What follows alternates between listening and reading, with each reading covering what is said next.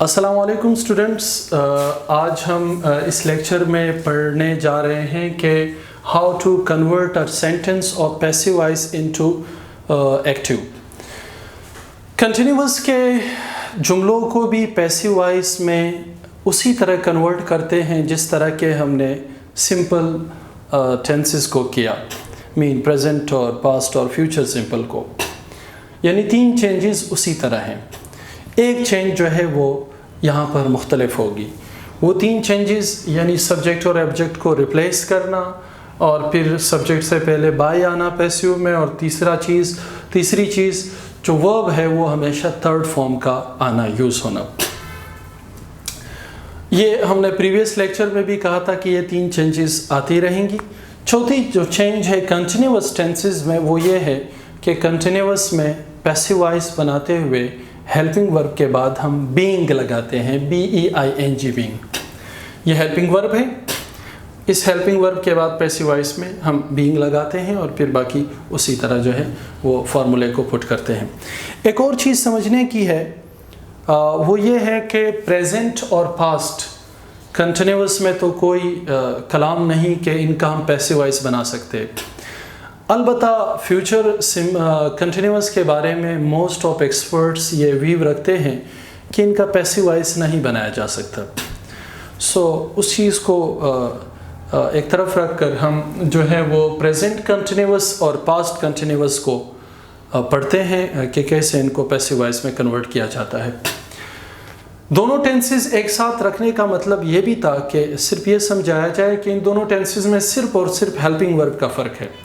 यानी इनके जो एक्टिव जुमले हैं, एक्टिव वॉइस के जो जुमले होंगे उसमें प्रेजेंट में इज़ एमआर और जो पास्ट है उसमें वॉज वर लगाया जाएगा एज अ हेल्पिंग वर्ब। बिल्कुल इसी तरह जब इनका पैसिव वॉइस भी बनाएंगे यहाँ पर वॉज वर और यहाँ पर इज़ एमआर या इज़ आरएम ही लगाया जाएगा, बाकी कोई चेंज नहीं होगी। दोनों के स्ट्रक्चर सेम होंगे। मीन अगर ये समझ में आया तो ये यकीनन समझ में आ जाता है। चलते हैं जुमलों की तरफ। पहले हम सब्जेक्ट लगाते हैं। ही हमारा सब्जेक्ट है। इज रिगेलिंग इज हेल्पिंग वर्ब और Rigel first form of verb ING लगाया, present participle form of verb बना। फिर ऑब्जेक्ट देम विद कॉफी, ये एडवर्बियल फ्रेज है जो कि इस वर्ब को मजीद मॉडिफाई कर रहा है।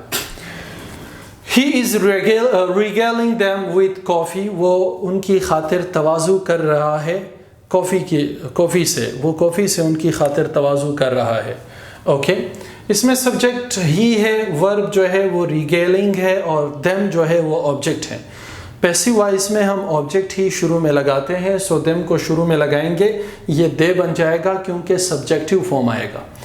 फिर उसके बाद ऑब्जेक्ट के बाद इज एमआर, दे के साथ आर लगाते हैं। फिर बीइंग, जैसे मैंने कहा कंटिन्यूअस टेंसेस को जब पैसिव वॉइस में चेंज किया जाता है तो बीइंग लगाते हैं।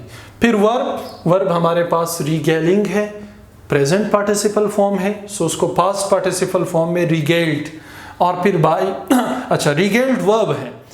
अमूमन जो एडवर्बियल फ्रेज होता है या कोई एडवर्ब होता है, वो एडवर्ब जो है वो इसी वर्ब के साथ लगाया जाता है ताकि वो वर्ब को मॉडिफाई कर सके। और फिर रिगेल्ड विद कॉफ़ी, और फिर बाय, और फिर सब्जेक्ट हमारे पास हिम जो कि ही था, लेकिन ऑब्जेक्ट की जगह पर रखते हुए हमने ऑब्जेक्टिव फॉर्म इस्तेमाल किया यानी हिम बना दिया। जुमला इस तरह बनता है, he is regaling them with coffee, they are being regaled with coffee by him. Second sentence, they are sabotaging your plane। they subject है, sabotaging वर्ब है और your plan जो है वो ऑब्जेक्ट है।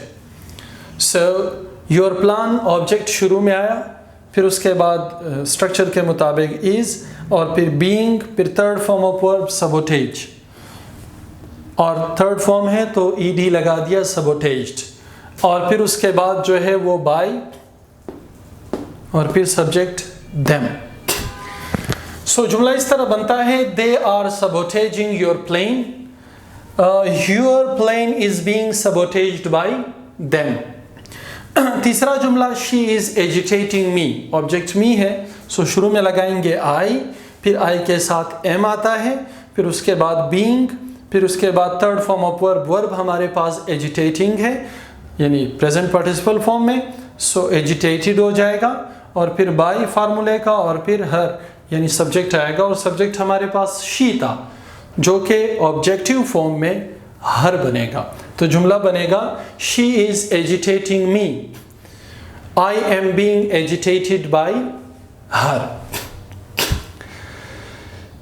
अगर आप देखें तो यहां पास्ट कंटिन्यूअस में भी द सेम स्ट्रक्चर चलेगा, और मैंने जुमले भी इसीलिए सेम रखे हैं ताकि आपको कंफ्यूजन ना हो और आप समझें कि जुमलों में कोई फर्क नहीं है, सिर्फ और सिर्फ हेल्पिंग वर्ब चेंज है।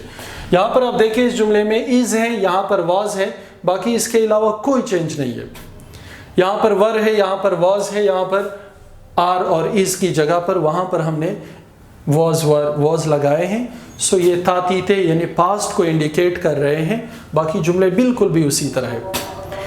ही वॉज रिगेलिंग, अल्लाह अकबर अल्लाह, he was regaling them with coffee, they were sabotaging your plane, she was agitating me.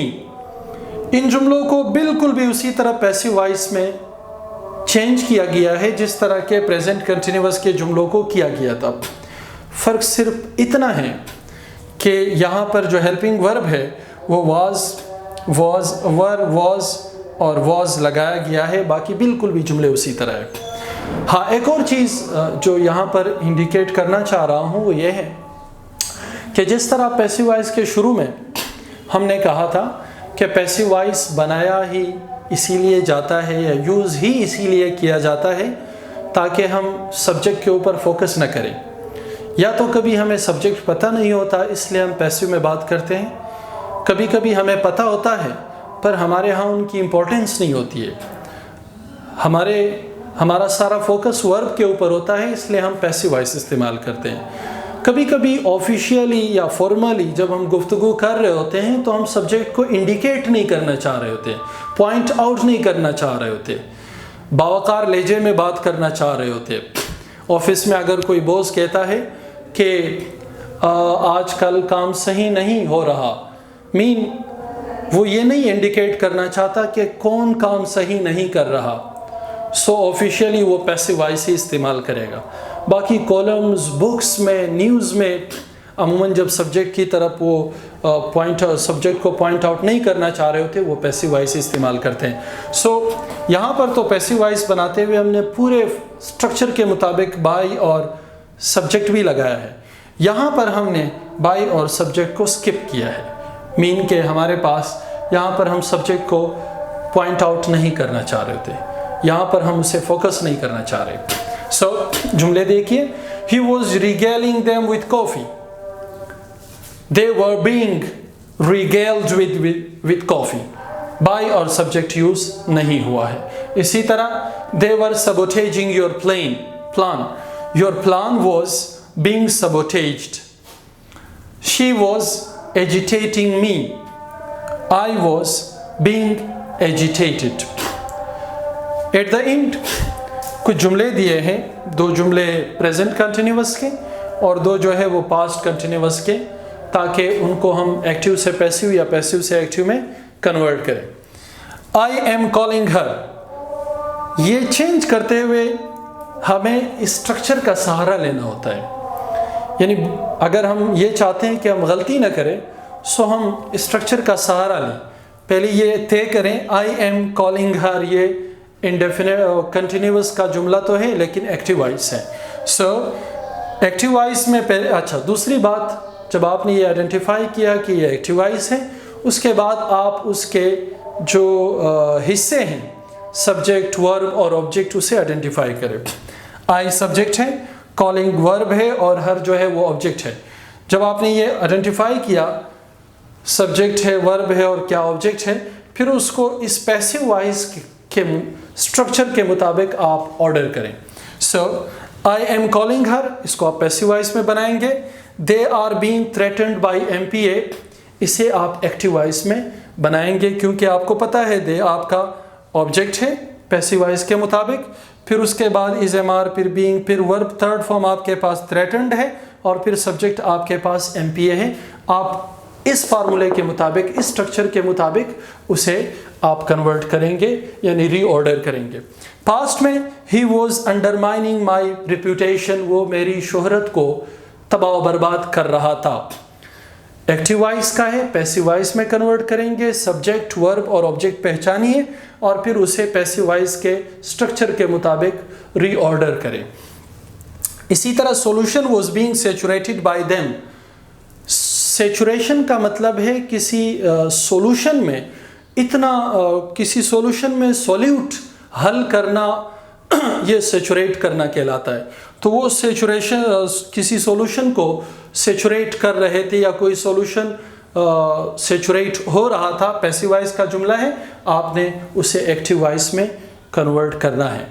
Hope के आज के इस लेक्चर की मदद से आप समझ गए होंगे कि किसी कंटिन्यूअस टेंस का पैसिव वॉइस कैसे बनता है या उसके पैसिव के जुमलों को एक्टिव में कैसे कन्वर्ट किया जाता है।